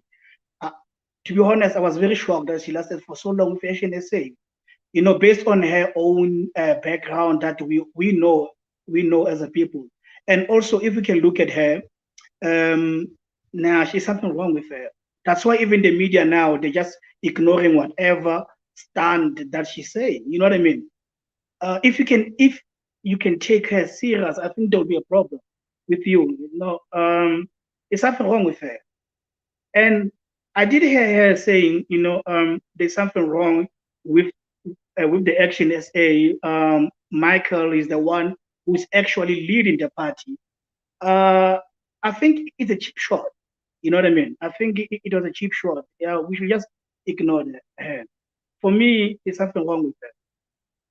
And we should just allow ActionSA to do whatever they can do for the country. And those who want to give them a chance, they can give them a chance. And I think in the next elections, they will play a vital role in deciding who's going to be a president in this country. Because I can tell you, ANC is in the verge of collapse. They're already now on 40-something, the first time ever in 28 years. So I think ActionSA will do more for this country in the next couple of years, or maybe in the next election, of which I quite believe that we are going to have a coalition government. I think, I believe we'll have a coalition government, and hey, you'll be very shocked what's going to happen. Because I can guarantee you, the president of the country is not coming from the AC. And I think a lot of people of so many things that happen. So, no, I was just saying, if I look at the comments coming in, people are partially agreeing with you in rather cheeky ways. Tivani Vunene basically saying, hey man, she might even need some mental help out in that part of the world. Thanda, I did lose you for a moment there. And maybe let me have you wrap up this particular section because I want us to go to our last topic for the evening. Thanda, I'm going to throw it to you in a very different way. I think as the political landscape in this country realigns itself and we're seeing political parties reorientate towards a more arguably conservative message, one that focuses on everyday issues and begins to also push values out. You know, I talk a lot about my own values on this show as being essentially rallying South Africans around our faith, the flag, that is the love of country, not government, you know, families as being an important rallying point. You know, South Africans are very pro-family. I talk a lot as a libertarian about us, you know, being individuals, but really we're a family society. Families are what people rally around. And of course, the large one, and the last one being the notion of freedom, the very thing that binds all South Africans together.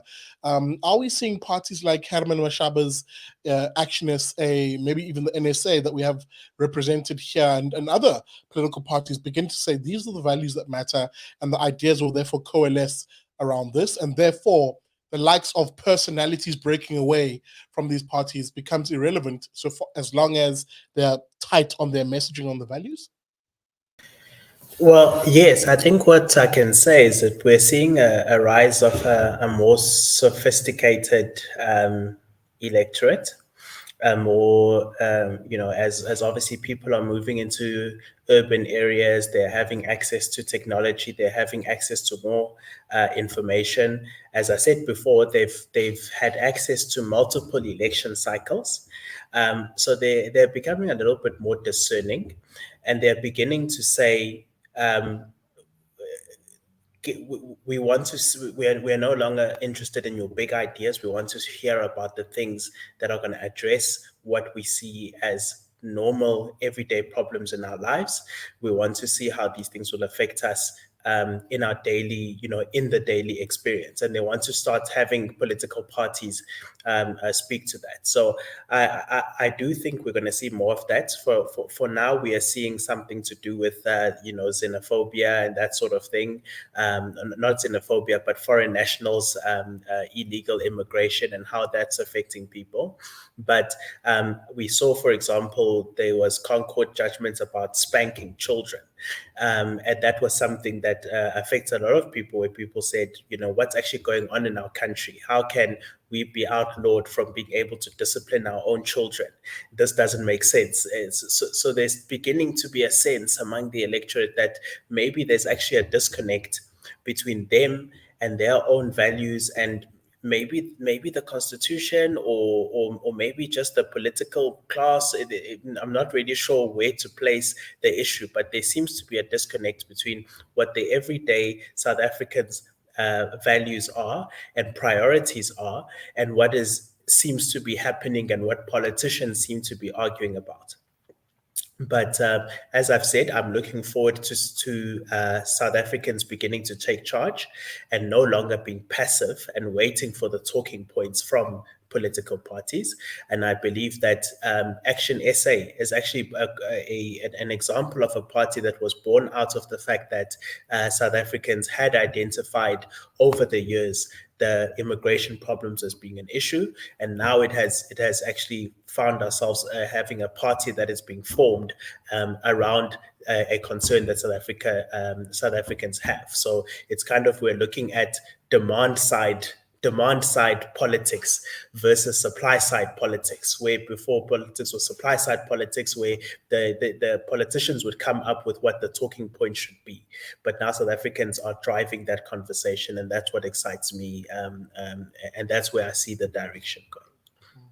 Absolutely, and I think we will keep an eye on ActionSA, especially as things develop. It's losing members, it's gaining others, like Abo Bongani Baloy. That's a topic that I think we will keep an eye on going forward, because I have asked the question before, and I must also say this: if you're an ActionSA member, please, man, hit your leader up. I've been trying to get him on the show. I do understand he may have reservations with joining me on the show, because we've had a spat before on social media, but it would be nice to hear from Herman Mashaba on the show. He's definitely welcome here. No one is opposed to having him on here. So please, if you do have access to Herman Mashaba, if you do even have access to some of the leaders of Put South Africans First, or even Lux, hey man, we'd love to have a chat with them on the show. You can contact me, Big Daddy Liberty, by finding me at BDL at BigDaddyLibertyShow.com. I'm sure Ula Salas will have the other ears just on time there. That's BDL at BigDaddyLibertyShow.com. Welcome to it. We're in the final 10 minutes effectively of the show. We're going to hit the last topic now, which is the South African government looking to spy on you using your SIM card? There is, of course, a massive move at the moment by the South African government to link your details, your biometric details, your fingerprints, your retina scan, all sorts of other details that are of you, so to speak, to your SIM card. The rationale, of course, according to government is, this will help fight crime, it says. But the question a lot of people are asking is, do we really trust government to literally have that sort of power to be able to not only have your biometric details, but be able to follow you around effectively? If you look at how most people interact with their cell phones today, it's always on them. It's right by your head when you go to bed. It's probably in your hands right now if you're watching the show. And, it's something which is with you on a day-to-day basis. Do you trust this government knowing where exactly you are on a day-to-day basis? Are we seeing the question, the South African government, the ANC government in particular, as it loses power, now try and create the mega surveillance state? We're seeing that in other parts of the world. Dumo, let me come to you with that particular question, because I think it is a frightening prospect that we're beginning to see here. And as you're talking, I'm just going to bring that article up on the screen. Right. So I'm going to be as brief as possible, given the time. But I think given what this government wants to do, I think it's very concerning, because the reality is that they say they're doing this. Okay, CASA is the one that wants to introduce this biometric data and linking it to a cell phone. I think that it's concerning because, number one, is it really necessary? Because I think when these phone numbers get hijacked and so forth. I mean, the reason why they get hijacked is because there probably isn't some verification step in place to ensure that the person who's asking for the port is actually the actual person. I mean, if you go on banking apps, if they see a transaction that requires verification, they're going to ask for your verification. And there's many ways they can do that. And that's how banks have been hyping up, well, not hyping up, but improving their security. So I think that what just needs to happen is that instead of ICASA trying to jump in and link it to biometric data, what they should rather do is just ask the cell phone companies and so forth to put extra verification steps in place. That's all they need to do. And I think they can do so by means of their apps as well. There's so many ways they can do it. We don't need this law. And this reminds me of the whole thing of the Films and Publications Board, where they want people to register and stuff like that. And they say the reason why they want to do that is because they want to stop revenge porn and child porn and stuff. But again, if you look at that particular part of the internet, especially like YouTube, YouTube has got checks in place to ensure that particular types of content does not get uploaded. I mean, even much so that even we as content creators complain when they shadow ban us and everything like that. So they do have things like that in place, and the government is not necessary for that. So I just think, for me, this is just another way for the government to sneak in surveillance policies and using let's say fraud and stuff like that as a means to do so, but it's not necessary in my opinion. And Koketso, I must come to you here because, you're the cybersecurity guy here, and I view you as an expert insofar as the to the rest of us in that regard. But I want to read this particular passage here. In practice, that this means effectively that your fingerprint mapping, facial recognition, retina scans, biometric data could be tied to a person's SIM card, and of course, by extension, their phone number going forward. Here's the kicker. Open quote, ICASA, the regulator itself, says on activation of a mobile number on its network, a licensee, must ensure that it collects the link and links the biometric data of the subscriber to the number. Of course, this must ensure that it happens at all times, and it has to be the current biometric data of an assigned mobile number. End of quote. Okay, so the fear I had here is what happens if someone hacks into this data and somehow suddenly gains access to it? We have a situation right now where a major financial grouping, I can't think of it, I think it's TransUnion, literally had information hacked and held ransom to them right now. Are we seeing something maybe here that could potentially be a risk of that nature, such personal details? Yeah, I'll try to be brief as well in the interest of time. So two things. Firstly, I get nervous every time Ramaphosa is quick to gloat gleefully on social media that he's just gotten off the call with Xi Jinping of the Chinese Communist Party and that they had very productive discussions on a way forward, etc., etc. For me, that just tells me that, right, he's actually getting tips on how to effect a sort of social credit system of some sort.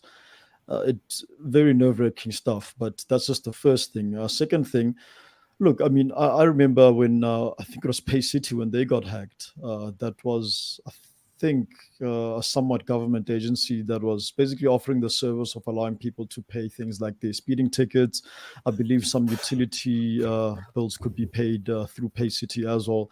That got hacked. I was on that database, confirmed by Have I Been Owned, which is a separate global service that basically matches your email address to known databases that criminals typically use. But yeah, I subsequently had the same credit card I used on PayCity. I was a fraud victim because of that, and that was the only way I could pinpoint how I could have been hacked. So it is a thing that, look, if the government makes it mandatory for you to submit some of your personal information and build out their own database. I don't believe that they have the capacity to do that, both from a human capital perspective, firstly, and then also just the general expertise and the infrastructure necessary to maintain such information in the first place. I don't believe the government has it in place, and therefore, too, they are delegating this to the private sector where they can easily obtain this information through court interdict, again, through laws that they have designed and ratified in Parliament. Very scary stuff here, but I think this is one of those things that really needs to be opposed at every single level. And there is worry, a cause to be worried if you're the average citizen, and that you can't give your data to an organization that A, can't keep it safe, and then B, wants to use it for nefarious purposes over and above what they say is their benevolent reasoning. I think that is a fear a lot of people have. Guys, I'm just mindful of time here, so I won't throw this to everybody. But Letshela, with you being Letshela and Thando, with you guys being the new faces on the block, and actually no, I will throw it to everybody, but just be brief, guys, in 30 seconds here. Nolu, let me throw it to you first, perhaps. I don't know what your thoughts are on this particular topic, but for me, it really just is the fear of all of that personal information and really biometric information suddenly being in the Ethernet, so to speak, and maybe even accessible to hackers. I don't know how comfortable you are with this particular issue. Just briefly, your thoughts? No, I'm not. And I think, again, I'll say strategically, what would you do when you're in the place of ANC? You would do what they're doing, and that is to try surveillance, all of the things that Xi Jinping has been doing in a way of trying to really, because they don't know what to do. You can see they don't have any plan. Now, what they want now is to make sure, what do their citizens do? They want to know. Everything that we do, they want to know, because they can see that citizens, we can do whatever we feel like doing whenever we want to do it, right? So I think for me, it's a strategic move that they are doing so that because they don't have any other plan in place. And so this is their way of trying to gain power, and of course, to make sure that when it comes to the voting, they remain in power as well. It might sound a bit of a far-fetch, but that's how I see it. Hence, for me, I agree with what Koketso said. When if you're rubbing shoulders with Xi Jinping, obviously he's going to give you ways to remain in that seat as long as you can. And those ways is for you to force such things to citizens. And I think we should say no to it in whatever ways and possible channels that we can voice out our voices. And Letshela, just to hop onto this particular point, people seem to forget that this government of Ramaphosa is the same government that at some point during the spicy cough, I just can't say the name on YouTube, during the spicy cough, had literally proposed vaccine passports. This is the same government that had literally started suggesting that there should be segregation and almost medical segregation in society of who can go into what spaces based on your adherence, your compliance to their rules. It doesn't seem like a far stretch to me to suggest that if you then give them the ability to track people and to link your biometric data to your SIM card, that if you were to then develop a vaccine passport, for example, that it couldn't be used in those sort of circumstances in the future, for example. Yeah, I don't think it has something about security. This is all about new world order. Security system and tracking us. You know what I mean? We should not allow the government to bring this forward. You know what I mean? If they are concerned about security, they should allow the banks to do whatever they can do, even if they can maybe tell the banks that they have to improve security, biometric, or find a way to authenticate the people. They can do whatever they want to do. This has nothing to do with the security. It's about the government of Ramaphosa controlling us. That's it. Remember, if you look at what is happening all over the world, you can even look at Australia now. They have actually changed from being free country to autocratic state, whereby the people now, if they want to go on social media, they just have to use the ID. You know what I mean? So I think the government is trying everything they can to get our data, to censor us, and use social engineering on us. So we must do whatever we can to not allow government to implement this. And maybe Thando, then the final word to you, because I think there's a consensus I'm hearing develop here, and maybe I've led it in that direction. So maybe let me play devil's advocate and say, oh no, actually, hang on, guys, this is a very good move. It would basically mean, for example, that your cell phone, if it's stolen, you can't lose your number. I'm trying my level best to play devil's advocate. It's such a weak argument. I'm hearing it as I'm forming it. We should trust government. I know when Thando, government has our best interests at heart, and if they need to track where we are at any given moment and have access to our biometric details in real times, then so be it. I mean, your phones track you right now. I mean, if you go to your iPhone and look at a certain section there, it will tell you the last places you've been in the last 24 hours. So why shouldn't we give government that data and, of course, link it with our biometrics?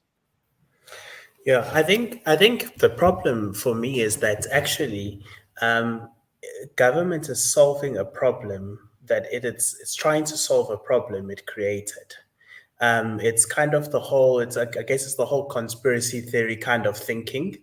Some of us who sometimes think in conspiracy types of ways, where we think that a government has a solution in mind, and so what they do is they create a problem so they can implement the solution.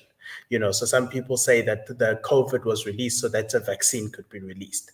Some people say that the 9/11 happened, was allowed to happen. They had the information to stop it, but allowed it to happen so that they could implement the surveillance laws in the US that were then implemented. So in South Africa, it's actually kind of full circle with the whole discussion we've been having today, because we've talked today about how Operation Dudula is trying to talk about enforcing borders and whatever, which the government allowed long ago to become porous, which got our city centers and everything to rot, and got South Africa to be filled with drugs and have all sorts of issues. And now what they're saying is that because we've got so much crime, which they caused, now we need to surveil all of you. and you need to give up all these rights so that we will be able to keep you safe from the problem that we created. And so for me, that is where I have an issue here with what's going on. The truth is actually that big governments, most of the time, big governments, I mean, we are a country of 50 million people. We need to become smaller. We need to start having more federalized, or whatever you can call it, and become smaller, because the problem is that you can't have one government trying to govern tens of millions of people. It then leads to these types of tendencies where they can't actually manage it, and they start trying to use certain means that are not actually right and that are invasive to our privacy in order to control matters. We need to give power back to communities to be able to keep their communities safe, so the national government doesn't have to do it. But essentially for me, you create the problem because you already know what solution you want to implement. I must cut you short there because we've completely run out of time, just as you're getting into something which is a firm favorite topic on the show. And I see the comments are also still coming in through thick and fast. Guys, please hit that like button whilst you're here as we end the show. A weird comment here about Sandile Mgadi. What about white? Brother, some jig and a good washing powder will help you get your whites whiter than ever. So with that being said... With that being said, let me end the show here. And as always, as a final comment, I go around the room and just ask, how do the people get in touch with you? What is your social media? Please share that, guys, in 10 seconds. Koketso, how do the folks get in touch with you? Okay, personally, Koketso Resane on Twitter. DMs are open. Otherwise, catch me on the Manpatria podcast. That is Monday, 7 p.m. So catch us tomorrow at 7 p.m. Live stream, much like this, with 3 black guys that are quite good looking. Hey, Thando, speaking about good looking, definitely the fairest of them all. Nolu, how do the folks get in touch with you? And if they need those brand strategist skills of yours, how do they find you and your business? Oh, sure. You can find me on Twitter, of course, Nolumag _ not Maki. Yes, and then they can find also my website, Nolu Maki. And as Koketso said, my DMs are open if you need me there. You can find me on Instagram as well, even on Facebook. So yeah, that's where you can find me. Thank you very much. Excellento. Dumo, Manpatria show, Monday, 7. What can we expect tomorrow? Okay, tomorrow we're going to be talking about, is racism the biggest problem in South Africa? We just heard that the South African Human Rights Commission, they cleared Brackenfell of any racism, and yet there was still a lot of trouble that ensued then. So that's what we'll be talking about tomorrow. And if you want to hit me up on Twitter, it's at Dumo Denga. My DMs are not open because people are after me, man. So just tag me and I'll find you. But that's fine. But your DM, sorry guys, hey, that thing it's a dark place, bro. It's a dark place. I agree with that. Letshela Putwami, first time on the show. Really appreciated you being on here, and we'll definitely have you on many more occasions. How do the folks find you? And of course, more information on your political movement. Okay. I'm only on Twitter. So it's Letshela, only on Twitter. I don't have a Facebook. I don't have any of those. And then they can also get on our website, nsaparty.org.za. Excellent. A big thank you to you, my brother, for joining us. And last but not least, Thando. Baba, how do the folks find you on your social media if you want to be found, by the way? Yes, that's a good question. Well, on Twitter, I'm at Thando M2. So that's where you'll find me engaging mostly on these types of topics that we do engage on here. So at Thando M2, that is my Twitter handle. Absolutely. And a big thank you to you also, Butwami. And of course, a big thank you to you, dear viewer, for having joined us as I get everybody off the screen here. A big thank you to my guests once again. And as always, on Liberty and Friends, you are a part of the show via the comment section. So I see them still coming in thick and fast there. Much appreciated in that regard. I will see you on Wednesday on the BDL show at 7:30 p.m. Make sure you join me this Wednesday, but mostly I'll probably do some vlogs this week, because there are a few issues I want to chew on, especially in providing feedback issues. For example, you saw